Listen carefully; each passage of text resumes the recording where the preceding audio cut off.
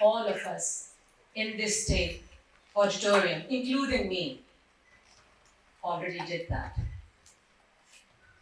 Now all of you, hold on to that thought. Hold it right there while I introduce you to myself. I am founder and CEO of a company that employs thousands of people, has trained and educated thousands of students, and hundreds and thousands of patients have been treated. I am a female, you can all see that. In that scenario, here in our society, where only 3% of female population ever get a university degree, I'm an anomaly. I'm that bit, right there. And so are all of you, each one of you. We won a genetic lottery in this society. Then I'll let you know about my story. I was born in a middle class house, in a house with 4 siblings. There were 2 brothers, 2 sisters, and 2 grandparents living. I was born, the firstborn, to the utter disappointment of my daddy, who wanted an heir to the estates that day. And then, when 4 of us grew up, we were lucky enough, our parents could afford to send us all, one to college, to university. And not just any university, to the best universities in the world. My father is a self-made man. He made that choice, despite the opposition from my daddy, who thought sending a girl to England was bad investment. But my father persisted. The result of that education, the exposure, the upbringing, was that I learned to believe in myself. I learned to stand up for myself. I'm successful today, not just because of me, but because of the people around me, my family, and mainly the male members of my family. My father, who's sitting right there. My brothers, when it counted. My husband, he supported. Most of the time, this support came willingly and without me asking. But there were times when I had to stand up for myself. I stood up. It wasn't easy, especially to people you utterly love and dearly respect, for what you think you deserve, for the chances you deserve, to make that hard choices, to take the path maybe that's not well trodden, especially in my generation. That has not been easy. It has not been smooth. But by God, it has been so worth it. If you had asked me this question 20 years ago, what are you doing? Where did you get this back from? I would not have been able to answer that question. But today, I tell you, it's because of all the support that went around me, all the decisions and choices made for me. And then finally, when I believed in myself, the choices I made for myself. Pakistan, population of 241 million upwards. Half of it is female, 48.8% to be precise, and half male.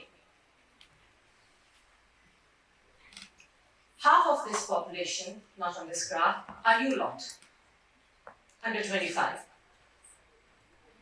You are the ones who are going to matter. You are the ones who are going to bring the revolution or not. It's your choice. Now, half of it, how many of you do you think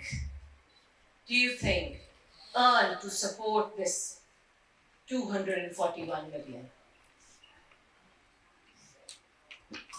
55% of the males, 12.9% of the females.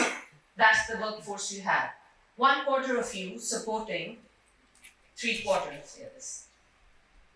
The result is that nowadays we cannot balance our budgets. Not on individual levels, not on family level, and certainly not on national level. We cannot.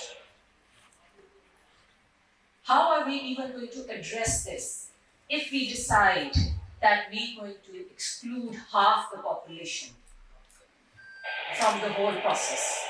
It's not possible. The immense challenges, economic, social, that our country faces today cannot be faced, cannot be surmounted. We cannot find new solution to old problems. And trust me, the problems we are facing, most of them are old problems. We are desperately trying to solve them by old solutions. Unless we find new solutions to old problems, we will keep facing the same challenges. Now, to face those, how are we going to make any difference on individual level? Revolutions don't need big bangs. Revolutions start on small auditoriums like this, with a handful of people who are willing to think those thoughts. How many of you before today thought they'd won a genetic lottery? We all did. That's a fact. We won a genetic lottery, and we are the privileged in this society. Remember that. You are the privileged in this society. And with privilege comes responsibility.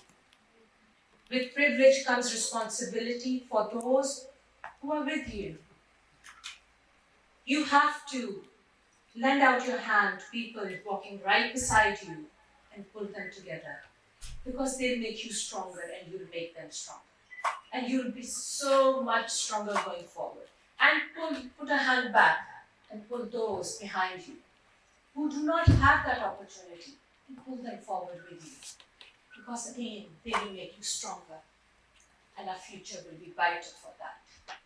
Remember that every one of us who makes that little choices, like Maisha said, on a daily basis, you make a daily choice to talk about it. Go home and have that conversation with your family, with your friends, with that ayah who comes and works in your home, and tell them how important it is to send your girls to school. Stand up for yourself if you're not being given the opportunity. Stand up for your friends, stand up for your colleagues. Why? Because gentlemen, all those young gentlemen back there, do you really want to be this? Hold the whole world's problems, economic and social, on your heads and shoulders? Because if I look at this, I'm sorry, but he's not going to be good. You need to look around and be willing to rethink the situation, rethink the solutions, and maybe open doors and support those half of the population sitting there while you're striving, making rotis or having coffee. Maybe you need to support them to move forward. And maybe when most of those able, willing, and potentially dynamic and innovative hands come together, the burden will be a lot lighter. The solutions will be a lot closer. And how are you going to do it? How am I going to do it? One, as I said, make up your minds to think those thoughts. Two, go home and talk about it. Talk about it physically, talk about it on your social media. Support those who are talking about it. And then three, take the initial step and support that person right beside you, that one right behind you, and move forward. Because my dear students, together is the only way up, is the only solution, is is the only hope we have. And it's in your hands how you're going to do it. If there's anything you learn from my story is a success story of inclusion.